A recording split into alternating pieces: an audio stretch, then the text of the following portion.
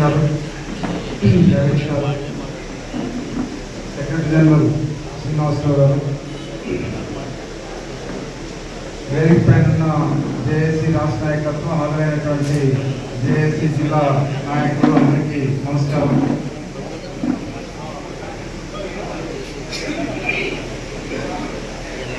ఇప్పటికైనా జేఏసీ కార్యవర్గ సమావేశంకు జిల్లా మన రాష్ట్ర జేఏసీ చైర్మన్, సెక్రటరీ జనరల్ గారికి ధన్యవాదాలు చెప్తున్నాను. బహుశా సెప్టెంబర్లో అనుకుంటా మన జేఏసీ సమావేశం జరిగి, ఆగస్టులో సమావేశం జరిగి, సెప్టెంబర్ 1 పెన్షన్ విద్రోహ దినం, ఆ తర్వాత 8 నుంచి బస్సు యాత్ర, ఆ తర్వాత హైదరాబాద్లో మహాధర్నాన్ని నిర్ణయించుకున్నాం. అది మొదటిసారి కాదు, అందుకంటే ముందు గత మేలో ఒకసారి జూన్ 9 మహాధర్నాన్ని నిర్ణయించుకున్నాం. అది వాయిదా పడింది. బస్సు యాత్ర కూడా అత్యంతంగా వాయిదా పడింది. సబ్ కమిటీతో సమావేశం జరిగిందంటే, జరిగిన తర్వాత ఏం అవుట్కమ్ వచ్చింది, మనం ఏం సాధించాం, ఇంకేం సాధించాల్సి ఉంది, మన స్ట్రాటజీ ఎట్లుండాలనేటువంటిది కనీసం రివ్యూ సమావేశం జరిగి ఉండాల్సింది. కూర్చుంటాం, కార్యవర్గంలో ఒక నిర్ణయం చేస్తాం, చేసిన నిర్ణయం అమలు ఏ మేరకు వచ్చింది అనేటువంటిది మళ్ళీ మన చేతుల్లో ఉండట్లేదు.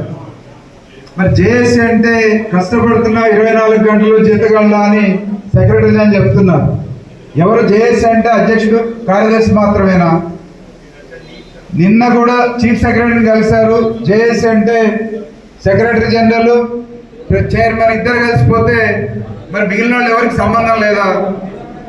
ఇవాళ ఎందుకంటే జేఏసీగా మనం 205 సంఘాలను కూర్చోబెట్టి ఒక తాటి మీద తీసుకొచ్చి మీకు నాయకత్వం అప్పగించిన తర్వాత మరి సమావేశాలని సరైన పద్ధతిలో నిర్వహించాల్సినటువంటి బాధ్యత జేఏసీ మీద ఉంది. ఇవాళ టీఎన్జిఓస్ నుంచి అంత ఆవేదనతో మన అన్న మాట్లాడిండు, మరి ముజీబ్ మాట్లాడిండు. టీఎన్జిఓస్ వైఖరి అయినప్పుడు మరి టీఎన్జిఓస్ వైఖరికి భిన్నంగా ఉందా జేఏసీ చైర్మన్ వైఖరి అనేటువంటిది చెప్పాలి. ఎందుకంటే ఈరోజు మనం చూస్తూ ఉన్నాం, కింద ఉద్యోగుల్లో, ఉపాధ్యాయుల్లో, పెన్షనర్లో ఉన్నటువంటి ఆవేదన. మేము సొంతంగా పోరాటం చేద్దామంటే జేఏసీ కట్టుబాటుని కాదని బయటికి పోలేము. జేఏసీగా తీసుకున్న పోరాట కార్యక్రమం ఏది కూడా నడవటం లేదు. మరి కింద ఏం సమాధానం చెప్పుకుందాం? సమస్యలు ఉన్నాయి, పదే అవే సమస్యలు మళ్ళీ మాట్లాడుకుంటున్నాం. ఇక్కడే కాదు, జేఏసీ సమావేశానికి పోయిన తర్వాత కూడా, కేబినెట్ సబ్ కమిటీతో సమావేశంలో కూడా ముందు మనం నిర్ణయించుకుంటాం. ఇప్పటికి 3-4 సార్లు మన సమస్యలన్నీ చెప్పాం. ఇక మన సమస్యలు చెప్పేది లేదు, వాళ్ళ నుంచి సమాధానం రాబట్టాలని చెప్పి అనుకుంటాం. ఆడికి పోయిన తర్వాత మంత్రి గారు ఆయన చెప్పండి అంటాడు. మనం మొదలుపెట్టి సమస్యలన్నీ వరుసగా చదువుతా ఉన్నాం. ఎప్పుడు ఇదే జరుగుతుంది? ఏంటి దానివల్ల ఉపయోగం? ఇప్పుడు మీరు చెప్పిన లిస్టు 25 సమస్యలు పరిష్కారం అని అన్నారు. అదొక సెక్షన్ ఆఫ్ పీపుల్కే సంబంధించి, సెక్షన్ ఆఫ్ ఎంప్లాయీస్కి సంబంధించినవి తప్ప మొత్తం ఉద్యోగులందరికీ సంబంధించిన కామన్ డిమాండ్స్ ఏమేమి పరిష్కారం అయినాయి? వాటి కోసం మనం ఏం చేద్దాం? ఇవాళ ఏపీలో 7,000 కోట్లు రిలీజ్ చేశారు ఒకేసారి అంటే ఉట్టిగా రిలీజ్ చేయలే. ఆడ ఉపాధ్యాయ సంఘాలు పెద్ద ఎత్తున పోరాటాలు చేసి ఎవరి వాళ్ళు విడివిడిగా కానీ, ఉపాధ్యాయ సంఘాలు రణబేరు పేరుతో యూట్యూబ్ కానీ, ఫ్యాక్టో కానీ చేసినటువంటి పోరాటాల ఫలితంగా ఇవాళ రిలీజ్ అయిన 7,000 కోట్లు ఒకేసారి రిలీజ్ చేశారు. ఏం మనకు లేదా దమ్ము, ధైర్యం? ఎందుకు మనం వెనక్కిపోతా ఉన్నాం? అధ్యక్ష కార్యదర్శుల మీద ఎవరైనా రకమైనటువంటి ఒత్తిడి ఏమన్నా ఉందా? లేదు మీకు ఏమైనా డౌట్ ఉందా? ఉపాధ్యాయులు, ఉద్యోగులు, పెన్షనర్లు మా వెనక రారు, మేము ముందుకు పోతే మేము ఒంటరి అవుతాం అన్న ఫీలింగ్ ఏమన్నా ఉందా? ఎందుకు ఈరోజు ఈ వెనకబడతాను అనేటువంటిది నేను స్పష్టంగా అడగదలుచుకున్నా. మీరు ఇప్పుడైనా సరే జూన్ 2కి పిఆర్సీ రావాలి, అనౌన్స్ చేయాలనేటువంటిది మనమే ముందు డేట్ పెట్టాలా? ఒకవేళ జూన్ 2 అంటే ఇప్పటి నుంచి మాట్లాడుకుంటూ ఊరుకుందామా? మొదటి పిఆర్సీకి సంబంధించి 2020 మార్చి 13వ తేదీన ఐక్యవేదిక ఆధ్వర్యంలో చలో అసెంబ్లీ కార్యక్రమాన్ని నిర్వహించాం. ఆ రోజు నుంచి సంవత్సరం పాటు పోరాటం చేస్తే జనవరి 2021 పిఆర్సీ రిపోర్ట్ బయటకు వచ్చింది. మరి జనవరి 2021 ఇప్పుడు 26 అంటే 5 సంవత్సరాల పీరియడ్ అయిపోయింది. పిఆర్సీ నివేదిక అమలు జరగాల్సింది 1/7/2023. పోయిన పిఆర్సీ వచ్చినటువంటి డేట్ చూస్తే 21 జనవరి పిఆర్సీ రిపోర్ట్ బయటకు వచ్చింది. ఆ డేట్ చూసుకున్నా 5 సంవత్సరాలు పూర్తయిపోయాయి. మరి ఇంకెంతకాలం వెయిట్ చేద్దాం? ఇట్లా జూన్ ఆగస్ట్ అనుకుంటా వెనక్కి వెళ్ళిపోతే పిఆర్సీ అనేటువంటి మన హక్కుగా రావాల్సినటువంటి 5 ఏళ్లకు ఒకసారి రావాల్సినటువంటి అవసరం ఉంది. ఈ రోజు నేను ఏదో పత్రికలో చూశాను, టీఎన్జిఓస్ భద్రాద్రి జిల్లా సెక్రటరీ ఒక ఆర్టికల్ రాశాడు. గతం నుంచి పిఆర్సీలు ఎట్లా వచ్చినాయి, ఇప్పుడు ఎట్లా ఉందనేటువంటి మంచి ఇన్ఫర్మేషన్ తో ఉంది. మరి కింద నాయకత్వం అంతా అట్లా ఉన్నప్పుడు అగ్రనాయకత్వానికి ఏమైంది, ఎందుకు పోరాటం తీసుకోవట్లేదని చెప్పి నేను చెప్పడానికి బాధపడుతూ ఉన్నా. జేఏసీ నాయకత్వంలో ఉండి మరి జేఏసీగా ఈ పోరాట కార్యక్రమాన్ని ఇప్పుడైనా సరే డిసైడ్ చేసి ఇప్పటి నుంచి లంచ్ అవర్ డిమాండ్స్ తో మొదలుపెట్టి హైదరాబాద్ లో మహాధర్నా దాకా తీసుకురావాల్సినటువంటి అవసరం ఉంది. మళ్ళీ దీన్ని సబ్ కమిటీ పిలిచో ముఖ్యమంత్రి పిలిచో మాట్లాడంగానే వాయిదా వేయడం కాదు. ఈసారి పిఆర్సీ నివేదిక బయటకు వచ్చేదాకా పోరాటానికి సిద్ధపడితే మన జేఏసీ ఈ మీటింగ్ యొక్క ఫలితం ఉంటుంది. మనం మన సమస్యలన్నీ చెప్పొచ్చు.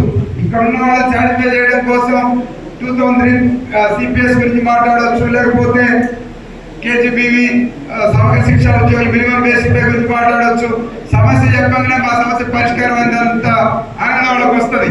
కానీ ఇప్పుడు ప్రధానమైనటువంటి సమస్యలు ఇక్కడ మనకి ఏమున్నాయో, పెండింగ్ బిల్స్, పెండింగ్ డిఏలు లేదా పిఆర్సీ, వీటిని సాధించుకోవడం కోసం మనం ఏం చేస్తామో అది ఆ నిర్దిష్టమైన కార్యాచరణ ఇక్కడ ఉండాలి. గత సమావేశాల సందర్భంలో ముందుగా కోర్ కమిటీ కూర్చొని ఓ ప్రోగ్రామ్ ని డిజైన్ చేసి కార్యవర్గం ముందు ప్రతిపాదించిన సందర్భం ఉంది. ఈసారి అటువంటి ప్రయత్నం జరగలేదు. కాబట్టి నేను ఇక్కడ మాట్లాడుతున్నా. మరి ఏం చేద్దాం? ఈ రోజు ఏదైనా ఒక పోరాట కార్యక్రమాన్ని ఇక్కడ నుంచి ఇవ్వకపోతే ఇప్పుడు ప్రెస్ మీట్ లో ఏం మాట్లాడతారు? ప్రెస్ మీట్ లో మీరు ప్రోగ్రామ్ అనౌన్స్ చేయాలి. లేదంటారా జేఏసీగా మీరు చేయడానికి ఏమైనా పరిమితులు ఉంటే చెప్పండి. మేము యూఎస్పీసీగా లేదా ఉపాధ్యాయ సంఘాలుగా మేము విడిగా పోరాటం చేయడానికి సిద్ధంగా ఉన్నాం. ఎందుకంటే ఇవాళ మేము మాకు పరిమితులు ఉన్నాయి. మేము జనవరిలో లెటర్ పెట్టాం యూఎస్పీసీ నుంచి, జేఏసీ కార్యవర్గ సమావేశం పెట్టండి, దీని మీద చర్చించాలి, పిఆర్సీకి ఆలస్యం జరుగుతుందా లెటర్ పెట్టాం. ఇవాళకి 3 నెలల తర్వాత వాళ్ళకి సమావేశం పెట్టారు, సంతోషం. కానీ ఈ సమావేశంలో అయినా సరే నిర్దిష్టమైన కార్యాచరణ లేకుండా బయటికి పోతే ఈ జేఏసీ నిర్ణయంతో సంబంధం లేకుండా మేము మా పోరాట కార్యక్రమాన్ని తీసుకుంటామని చెప్పి కూడా ఈ సందర్భంగా స్పష్టం చేస్తూ ఉన్నాం. అందుకని ఈరోజు ముఖ్యంగా ఇంకా ఇతర విషయాలు ఏమున్నా కానీ ఇవాళ ప్రభుత్వాన్ని మన దగ్గర ఇంత శక్తి ఉండి కూడా ప్రభుత్వానికి ఆర్థిక ఇబ్బందులు ఉన్నాయని చెప్తున్నారు. ప్రతి ఇంటిగ్రేటెడ్ స్కూల్ కి 200 కోట్లు వస్తాయి, ప్రతి పథకానికి 1000 కోట్లు వస్తాయి.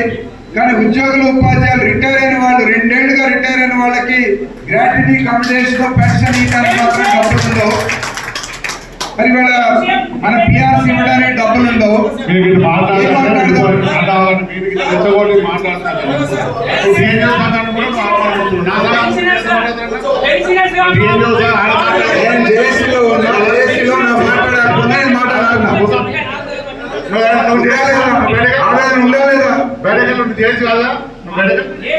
నువ్వు చేసి లేదు నువ్వు నేను చేసావు నువ్వు ఏ సంఘంలో చేసావు ఇక్కడ చర్చించడానికి వచ్చినావు కదా. ఒక్కడే మాట మాట్లాడతారు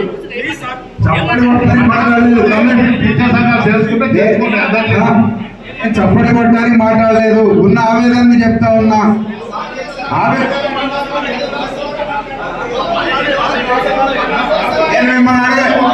కరెక్ట్ వైఖరి చెప్పిండా ముజీబన్న కరెక్ట్ చెప్పిండు. ఆన్లైన్ లో చేసి పనిచేయాలని చెప్తున్నా.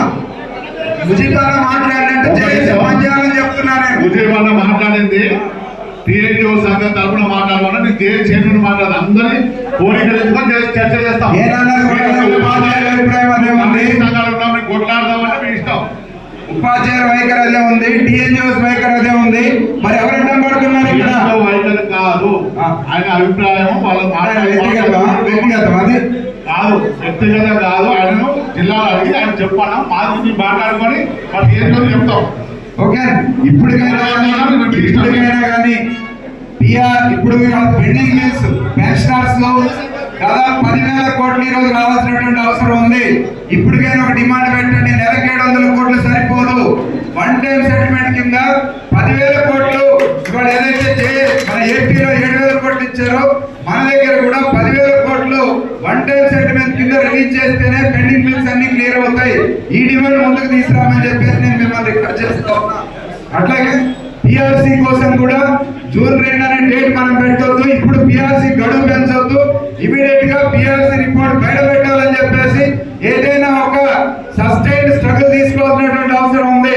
ఇమీడియట్ గా ఏప్రిల్ నెలాఖరు లోపులోనే ఏదైనా ఒక పోరాట కార్యక్రమానికి ఒక సీరియస్ అడ్మినిస్ట్రేటివ్ పిలిపివ్వాలని చెప్పేసి నేను ఈ సందర్భంగా ప్రతిపాదిస్తూ నాకు అవకాశం అందుకు ధన్యవాదాలు తెలుపుతూ సెలవు తీసుకున్నాను. Thank you. ఒక్క నిమిషం.